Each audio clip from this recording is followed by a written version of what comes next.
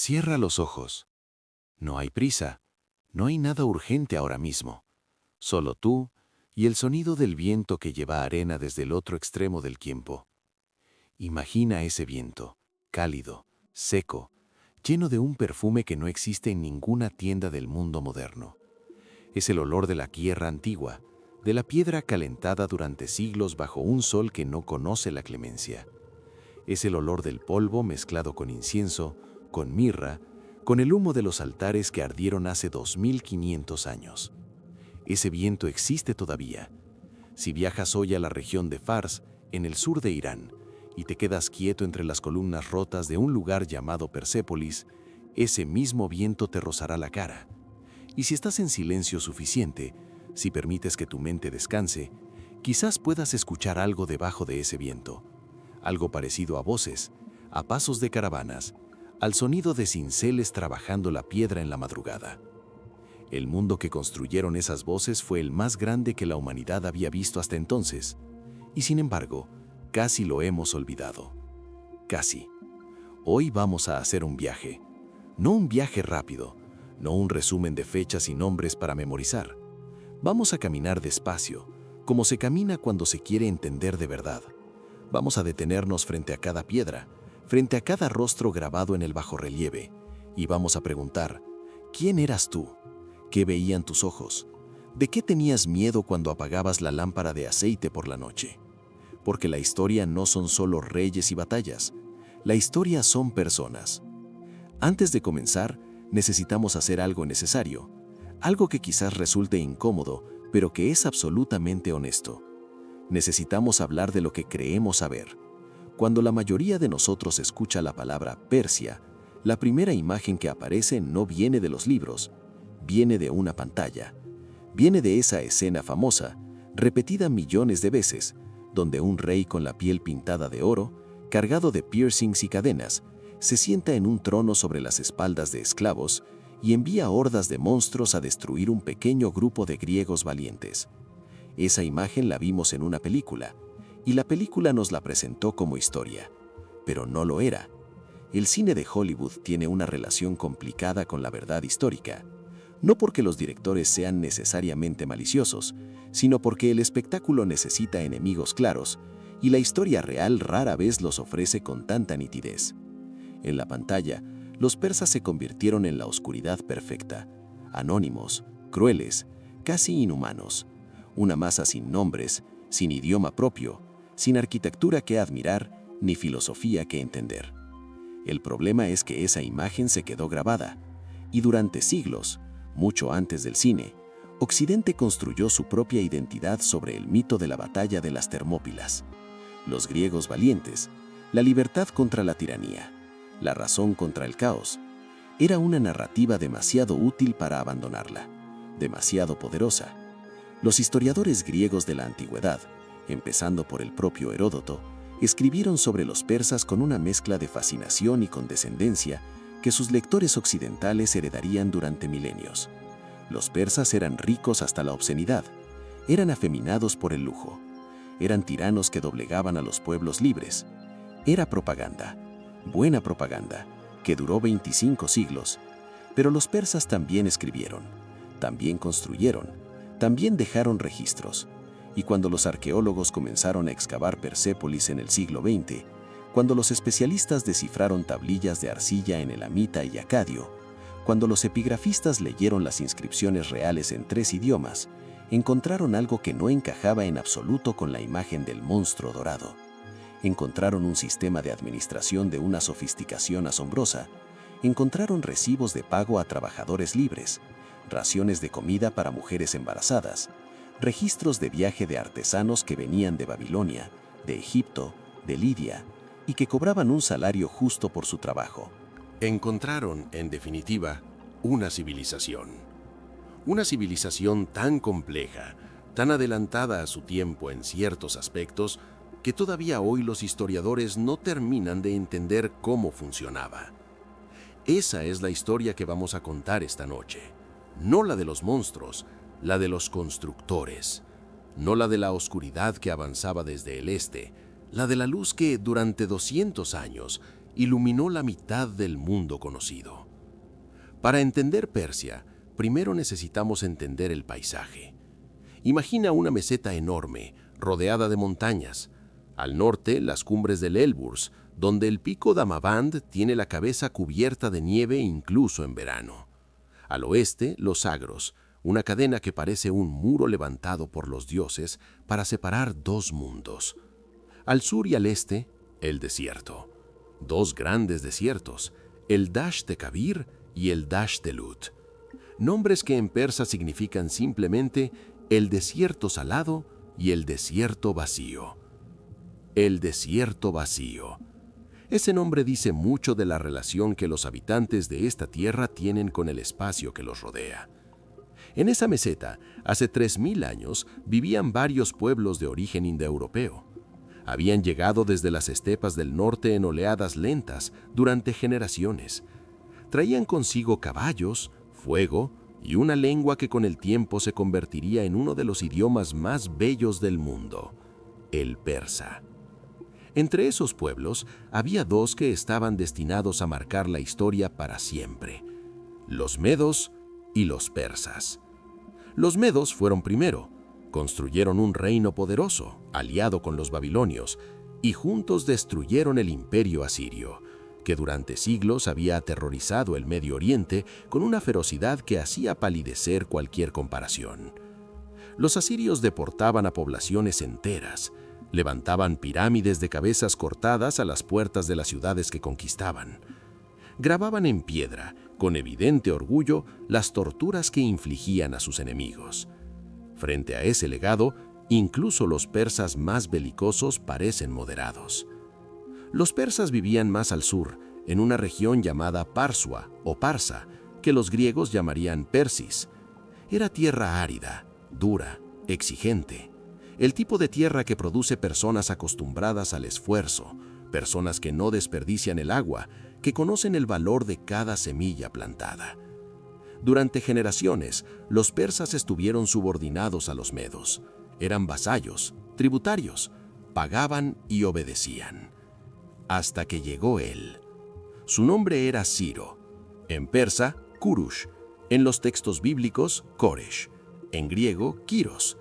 Pero los historiadores de todos los siglos, en todos los idiomas, han coincidido en llamarle de la misma manera: el Grande. Ciro nació alrededor del año 600 a.C. en la región de Anshan. Las leyendas sobre su nacimiento son extraordinarias y en muchos aspectos anticipan las leyendas que se contarán siglos después sobre otros fundadores de religiones y civilizaciones. Su abuelo Astiages, rey de los medos, soñó que de su hija nacería un niño que lo destronaría. Ordenó que el niño fuera matado, pero el criado encargado de hacerlo no tuvo valor para cumplir la orden y el niño fue criado en secreto por un pastor y su esposa. Ese niño fue Ciro. Lo que hizo Ciro a continuación no tiene precedentes reales en la historia de la humanidad antigua. Tomó el trono de Persia, reunió a su pueblo y en el año 550 a.C. marchó contra Media. Pero no fue una guerra de exterminio, no fue una conquista al estilo asirio. Cuando el ejército persa entró en Ecbatana, la capital de los medos, Ciro no arrasó la ciudad, no ejecutó a la nobleza vencida, no esclavizó a la población. Incorporó a los medos a su proyecto. Los nobles medos siguieron siendo nobles. Los soldados medos pasaron a formar parte del ejército persa. Los funcionarios medos conservaron sus puestos en la administración. Simplemente el rey había cambiado. Era un modelo completamente nuevo de conquista, un modelo que Ciro aplicaría una y otra vez. En el año 547, Ciro marchó hacia el oeste y derrotó al legendario Creso, rey de Lidia. Creso era tan famoso por su riqueza que su nombre se convirtió en sinónimo de opulencia durante siglos. Ser rico como Creso es una expresión que todavía existe en algunas lenguas europeas. Y de nuevo Ciro no lo ejecutó, lo trató con respeto. Según algunas fuentes, incluso lo mantuvo como consejero. En el año 539, Ciro marchó hacia el sur y tomó Babilonia. Esta es quizás la conquista más asombrosa de todas. Babilonia era entonces la ciudad más grande del mundo conocido. Sus murallas eran tan gruesas que, según Heródoto, podía circular un carro de 4 caballos sobre ellas. Sus templos llegaban al cielo. Su biblioteca contenía tablillas que recogían siglos de conocimiento humano. Y Ciro entró en Babilonia sin combate. La población de Babilonia abrió sus puertas, no porque fueran cobardes, sino porque el rey babilonio de la época, Nabónido, era profundamente impopular. Era un reformador religioso que había intentado reemplazar a Marduk, el dios principal de la ciudad, por Sin, el dios de la luna. El clero babilonio lo odiaba, el pueblo lo desconfiaba. Cuando Ciro llegó, se presentó no como conquistador, sino como libertador. Se prostró ante Marduk, restauró los cultos que Nabónido había suprimido, declaró que gobernaba con la voluntad de los dioses locales. Era un maestro de la narrativa política. Sabía que las ciudades no se conquistan solo con ejércitos, se conquistan también con símbolos, con gestos, con la capacidad de hacer que el vencido sienta que, en algún sentido, ha ganado algo. Pero lo que Ciro hizo a continuación sobrepasa incluso eso. En Babilonia se encontraban miles de judíos deportados. El rey Nabucodonosor los había llevado allí décadas antes, en lo que la historia judía recuerda como el exilio de Babilonia. Generaciones de judíos habían nacido en tierra extranjera, llorando, según el Salmo 137, junto a los ríos de Babilonia, recordando Jerusalén. Ciro los liberó. No solo los dejó ir, les devolvió los objetos sagrados del templo de Jerusalén que Nabucodonosor había confiscado. Les dio dinero para reconstruir su templo, les dio protección para el viaje. En el texto bíblico del libro de Esdras, Ciro habla en primera persona. El Señor, Dios del cielo, me ha dado todos los reinos de la tierra, y Él me ha encargado que le edifique una casa en Jerusalén. Quien entre vosotros pertenezca a su pueblo, que suba a Jerusalén. No hay en toda la Biblia otro rey extranjero al que se nombre con tanta reverencia. El profeta Isaías llama a Ciro el ungido del Señor. En el año 1879, en las excavaciones de las ruinas de Babilonia, los arqueólogos encontraron un objeto pequeño y aparentemente modesto. Era un cilindro de arcilla. No medía más que 23 centímetros de largo. Estaba cubierto de escritura cuneiforme en acadio, el idioma diplomático del mundo antiguo. Y cuando los especialistas lo tradujeron, se encontraron con algo que nadie esperaba. Era la voz de Ciro. El cilindro de Ciro, como se llama hoy ese objeto, es uno de los documentos más importantes de la historia de la humanidad. No porque sea el más antiguo, no porque sea el más extenso, sino porque contiene algo que, en el contexto de la antigüedad, resulta casi milagroso. Contiene el reconocimiento del derecho de los pueblos a vivir según sus propias leyes, a adorar a sus propios dioses, a hablar sus propias lenguas. Ciro escribe en ese cilindro que llegó a Babilonia como libertador, no como conquistador, que reunió a los habitantes que habían sido desplazados y los devolvió a sus hogares, que restauró los santuarios que habían sido abandonados, que no permitió que nadie fuera aterrorizado. Hay una frase, cerca del final del texto, que resuena de una manera extraña y poderosa incluso hoy. He reunido a todos sus habitantes y les he devuelto sus moradas. El cilindro de Ciro está hoy en el Museo Británico de Londres. Una réplica exacta se exhibe en la sede de las Naciones Unidas en Nueva York. Algunos historiadores discuten si debe ser llamado la primera Carta de Derechos Humanos de la historia. Otros dicen que eso es una simplificación, que el documento era fundamentalmente propaganda política, que Ciro tenía motivaciones prácticas muy concretas para actuar como actuó. Tienen razón en ser cautelosos. La historia exige cautela.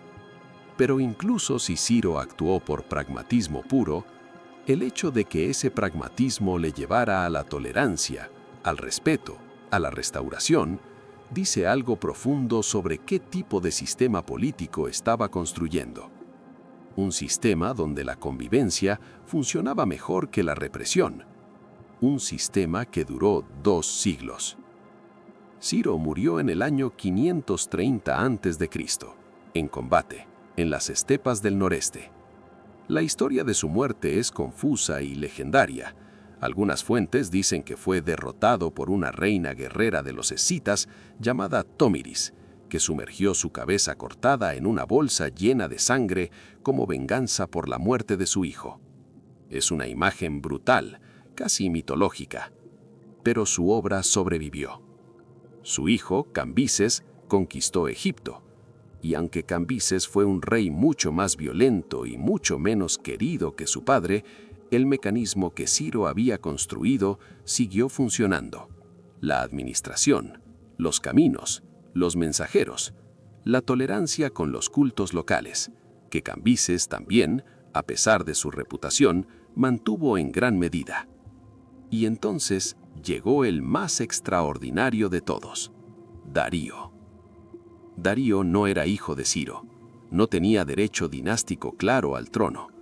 Llegó al poder después de un período de caos, de rebeliones, de pretendientes al trono que surgían en cada provincia como hongos después de la lluvia. En la inscripción de Behistún, grabada en una roca a 120 metros de altura sobre la llanura, Darío cuenta su historia, en 3 idiomas, elamita, acadio y persa antiguo, con bajorrelieves que muestran su figura pisando a sus enemigos vencidos. Es propaganda imperial, sí, pero también es el primer gran texto autobiográfico de un rey en la historia documentada. Un hombre que siente la necesidad de explicarse, de justificarse, de construir un relato que le dé legitimidad.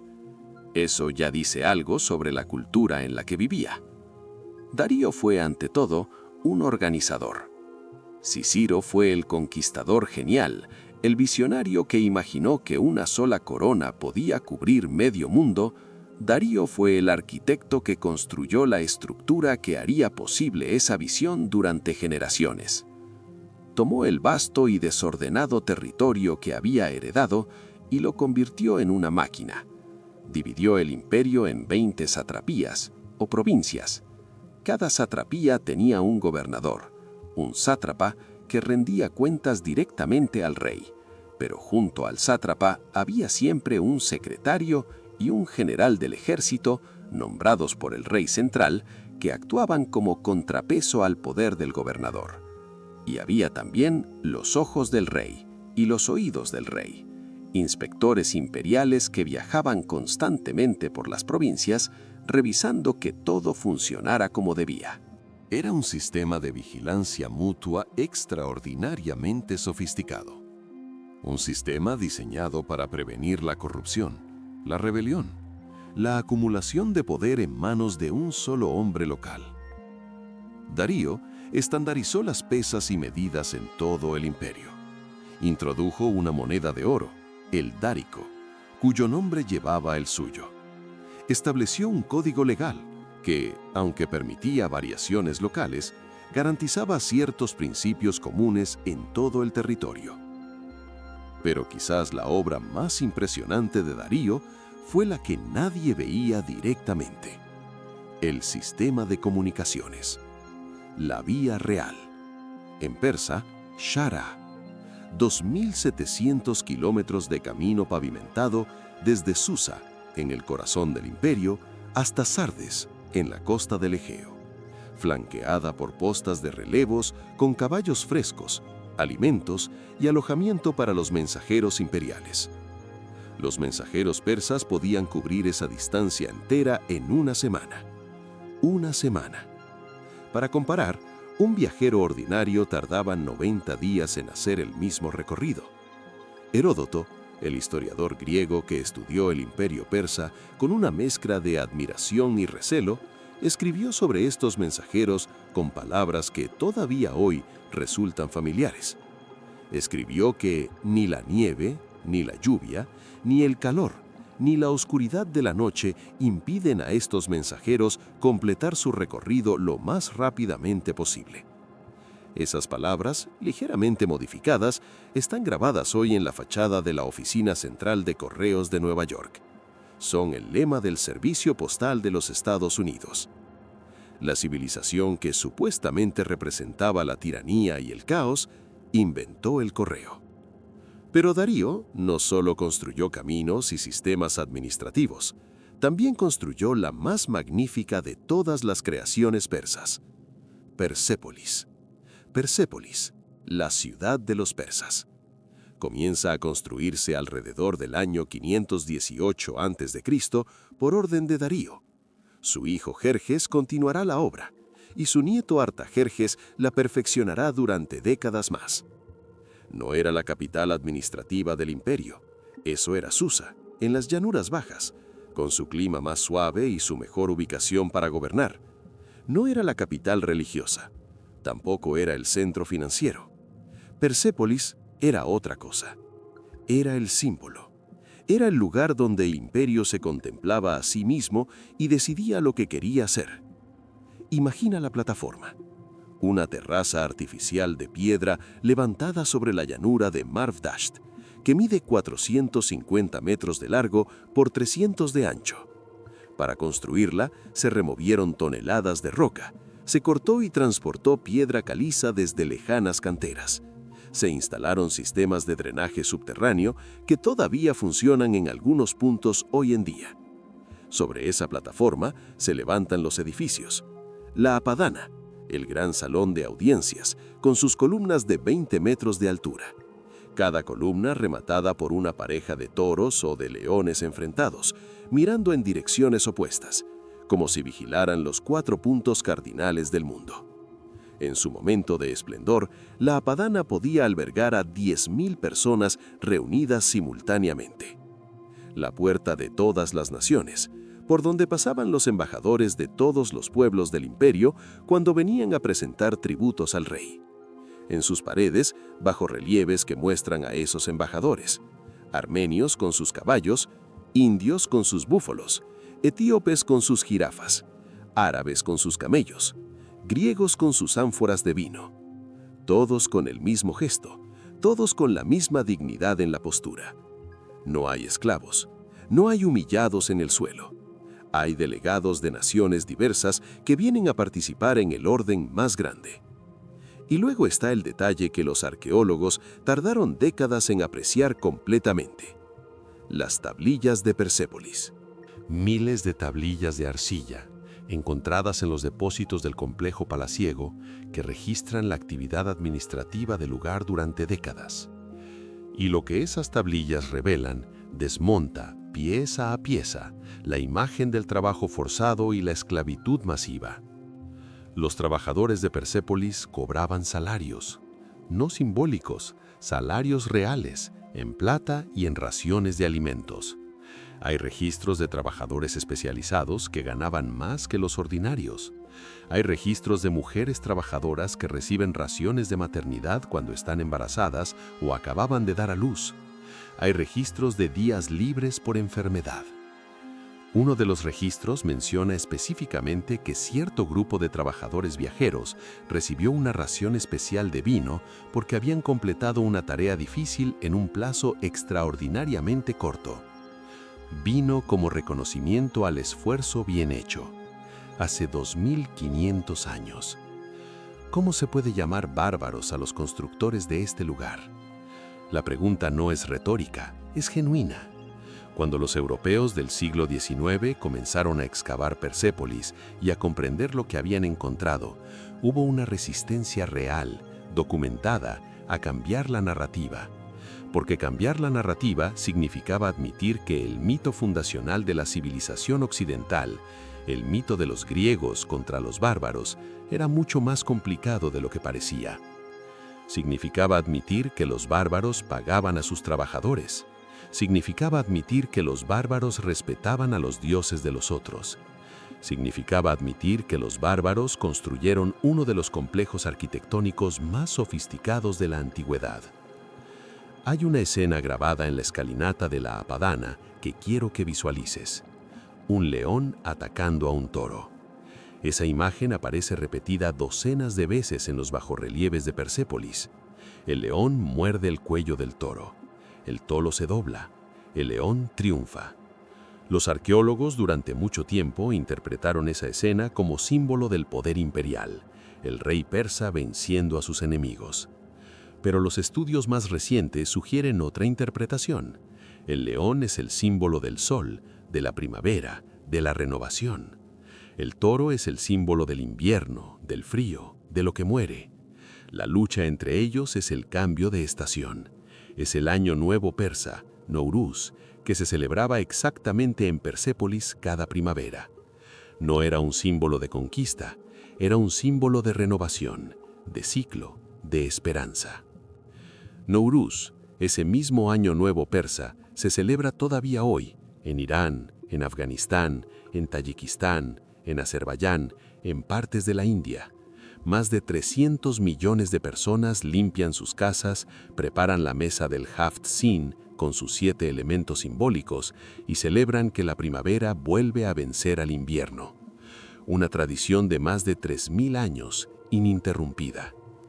Para entender el alma persa, hay que hablar del fuego, no como metáfora, como realidad literal. Hace aproximadamente 3500 años, en la meseta iraní, un profeta tuvo una visión. Su nombre, en la forma más antigua del idioma, era Zaratustra. Los griegos lo llamarían Zoroastro, y lo que enseñó cambiaría para siempre la manera en que los humanos piensan sobre el bien, el mal y la elección. Antes de Zoroastro, la religión humana tendía hacia el politeísmo, hacia panteones de dioses caprichosos que se peleaban entre sí y arrastraban a los mortales a sus conflictos. Los dioses de Mesopotamia, los dioses de Egipto, los dioses de Grecia, todos compartían esa característica de la imprevisibilidad divina. Zoroastro propuso algo diferente. Propuso que en la raíz de todo el universo existe una sola verdad suprema, a la que llamó Ahura Mazda, el Señor Sabio, el Dios de la luz, del bien, de la verdad. Y propuso que frente a esa luz existe una fuerza de oposición, Angra Mainyu, el espíritu destructor, el principio del mal. Y propuso que los humanos no son marionetas de estos poderes, que los humanos tienen libre albedrío, que cada persona, en cada momento de su vida, elige entre la verdad y la mentira. En el zoroastrismo, la elección moral es el centro de todo. Hay 3 principios que se repiten constantemente en los textos sagrados zoroástricos: Humata, Jukta, Juarsta. Buenos pensamientos, buenas palabras, buenas acciones. Eso es todo. No hay un sistema de penitencias complicado. No hay rituales de purificación elaborados para borrar el mal. Simplemente piensa bien, habla bien, actúa bien. Cada día, en cada decisión pequeña. La ética cotidiana como práctica espiritual. El fuego sagrado es el símbolo central del zoroastrismo. No porque adoren al fuego en sí mismo. Los zoroástricos han luchado siempre contra esa interpretación errónea que llevó a los conquistadores musulmanes a llamarlos despectivamente adoradores del fuego. El fuego es un símbolo de la luz de Ahura Mazda, de la sabiduría que ilumina la oscuridad, de la pureza que no puede ser contaminada sin que ella misma se destruya. En los templos del fuego zoroástricos hay llamas que llevan ardiendo sin interrupción durante siglos. En Yazd, en el centro de Irán, hay un fuego sagrado, el Atash Barram de Yazd, que los fieles dicen que ha ardido de manera continua durante más de 1500 años. No es metáfora, es una llama real, cuidada por sacerdotes durante generaciones, alimentada con madera especial, protegida de la contaminación del contacto humano directo.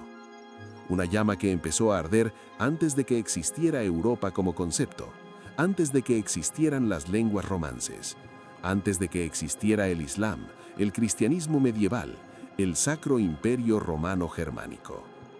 Esa llama sigue ardiendo esta noche mientras escuchas estas palabras.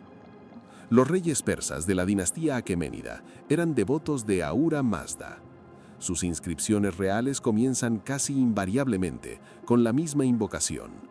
Un gran dios es Ahura Mazda, el más grande de los dioses, que creó la tierra, que creó el cielo, que creó al hombre.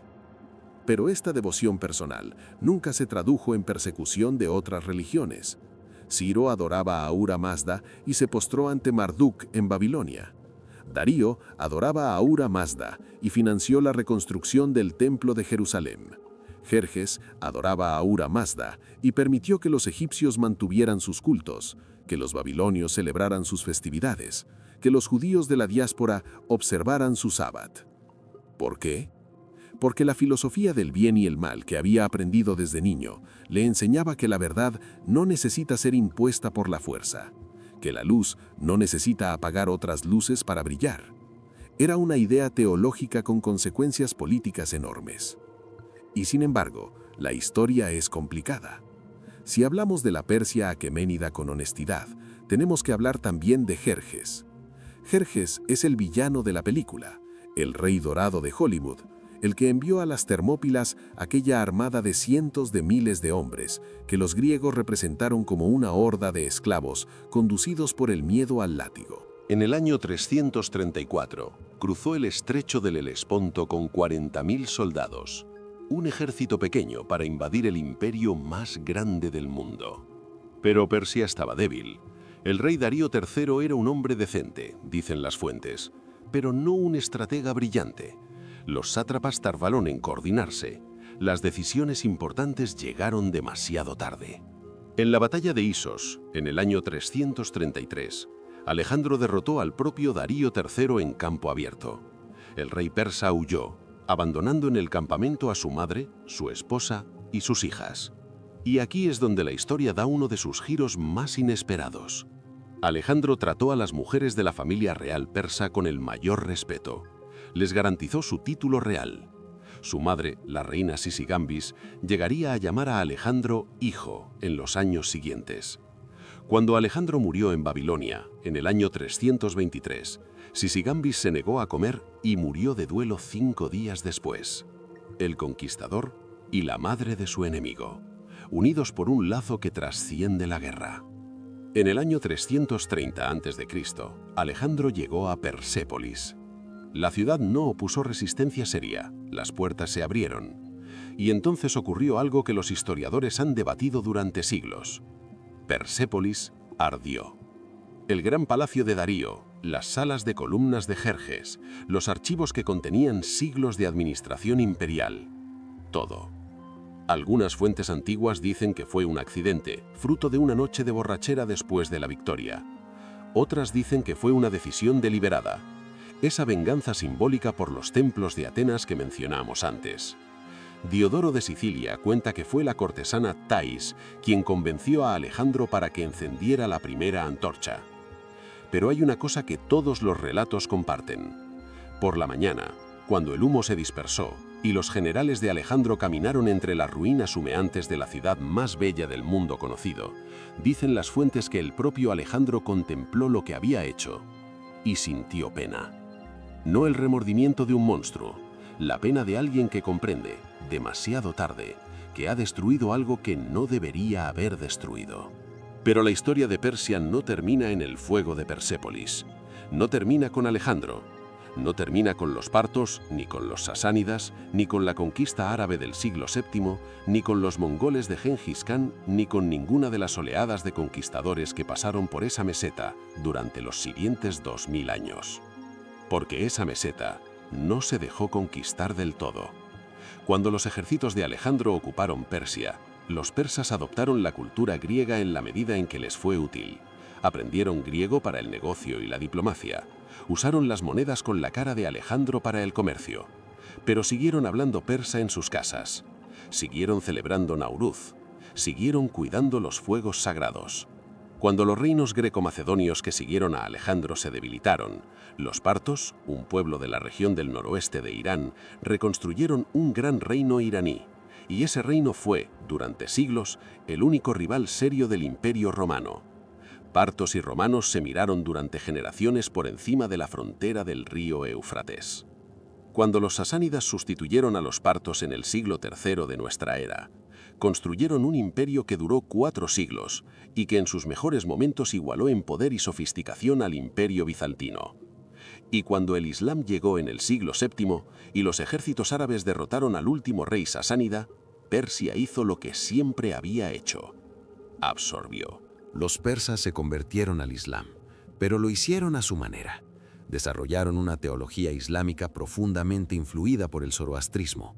contribuyeron de manera absolutamente fundamental al desarrollo de la filosofía, la medicina, la matemática y la literatura árabes durante la Edad de Oro islámica. Los nombres que iluminaron ese periodo no son todos árabes. Avicena, el médico y filósofo más importante del Islam medieval, se llamaba en persa Ibn Sina y nació cerca de Bujara. Al-Biruni, el enciclopedista que calculó con notable precisión la circunferencia de la Tierra en el siglo XI, era persa de Joresm. La poesía persa floreció bajo el Islam hasta alcanzar alturas que el mundo occidental tardó siglos en apreciar. Rumi, nacido en el Jorasán del siglo XIII, escribió el Masnavi, considerado por muchos el texto espiritual más bello de la literatura islámica. Hafiz de Shiraz, en el siglo XIV, escribió poemas de amor tan perfectos que se utilizaban para adivinar el futuro abriendo el libro al azar, como un oráculo. Esa tradición existe todavía. En Irán, hoy, la gente habla el Diwan de Hafiz al azar cuando necesita guía. Lo llaman Fale Hafez, la adivinación por Hafiz. Y Nauruz, ese año nuevo que hemos mencionado antes, que nació en los tiempos de Persépolis. El Islam oficial intentó suprimir Nauruz varias veces a lo largo de los siglos porque era una festividad preislámica, una raíz de la identidad persa que se resistía a ser borrada. Nunca lo consiguieron. Nauruz sobrevivió. Hoy lo celebran 185 países. La ONU lo declaró Patrimonio Cultural Inmaterial de la Humanidad. Y cada año, en el momento exacto del equinoccio de primavera, 300 millones de personas ponen una semilla a germinar, encienden una vela y recuerdan, sin necesariamente saber por qué, que la primavera vence siempre al invierno, como el león que vence al toro en los bajorrelieves de Persépolis.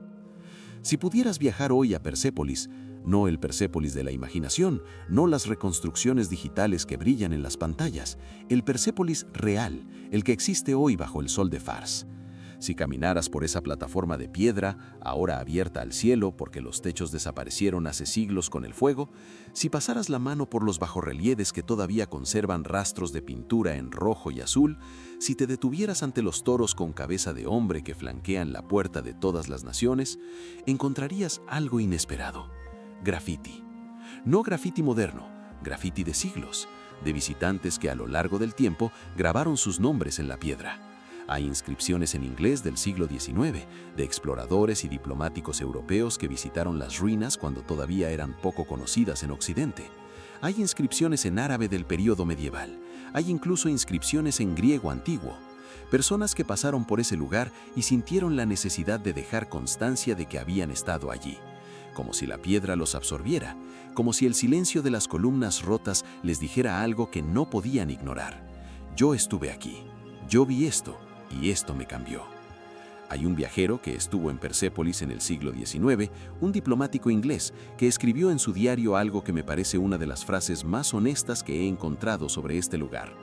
Escribió que se encontró de pie entre las ruinas, a la hora del atardecer, cuando la luz dora las columnas de caliza y alarga las sombras de manera extraña, y sintió de pronto que el tiempo no era una línea, sino un círculo, que los hombres que habían construido ese lugar no estaban más muertos que él mismo, que simplemente estaban en otro punto de la circunferencia. No lo recordaba con exactitud, pero la imagen, el círculo del tiempo, lo ha acompañado toda su vida. Yo entiendo esa imagen. Porque hay lugares en el mundo que no son solo lugares físicos, son portales. Son puntos donde el tiempo se vuelve poroso, donde el pasado no se siente como algo archivado y terminado, sino como algo que todavía respira. Persépolis es uno de esos lugares. En el año 1979, cuando la revolución islámica llegó al poder en Irán, hubo debates intensos sobre qué hacer con los restos del pasado preislámico del país. Había voces que pedían demoler Persépolis, ese símbolo de los reyes, que era idolatría, que era el orgullo de tiranos. El ayatolá Jomeini, contra lo que muchos esperaban, decidió no tocar las ruinas. Alguien le explicó que Persépolis generaba ingresos por el turismo, que destruirla sería desperdiciar un recurso, pero quizá también había algo más. Quizá incluso el más radical de los revolucionarios sentía, en algún lugar profundo, que esas piedras eran parte de algo que no se podía destruir, que era parte de lo que significaba ser persa, ser iraní, ser heredero de esa meseta antigua y orgullosa. Persépolis sigue en pie. Sus columnas de 20 metros todavía se alzan hacia el cielo de Fars. Hemos viajado mucho esta noche. Hemos cruzado montañas nevadas y desiertos de sal. Hemos entrado en palacios que ya no tienen techo y ciudades que ya no tienen habitantes. Hemos escuchado el idioma de los reyes y el murmullo de los trabajadores que construyeron sus tronos. Hemos desmontado, espero, algunos de los mitos que nos enseñaron a creer sin cuestionarlos. Hemos visto que la primera superpotencia de la historia no se construyó sobre el terror, sino sobre algo más difícil y más admirable que el terror. Se construyó sobre la tolerancia. Tolerancia no como debilidad, no como indiferencia, no como el todo vale de una sociedad sin principios. Tolerancia como estrategia de supervivencia, como comprensión profunda de que un imperio que alberga a 50 millones de personas que hablan decenas de idiomas y adoran a decenas de dioses, no puede funcionar si intenta hacer de todos ellos una sola cosa.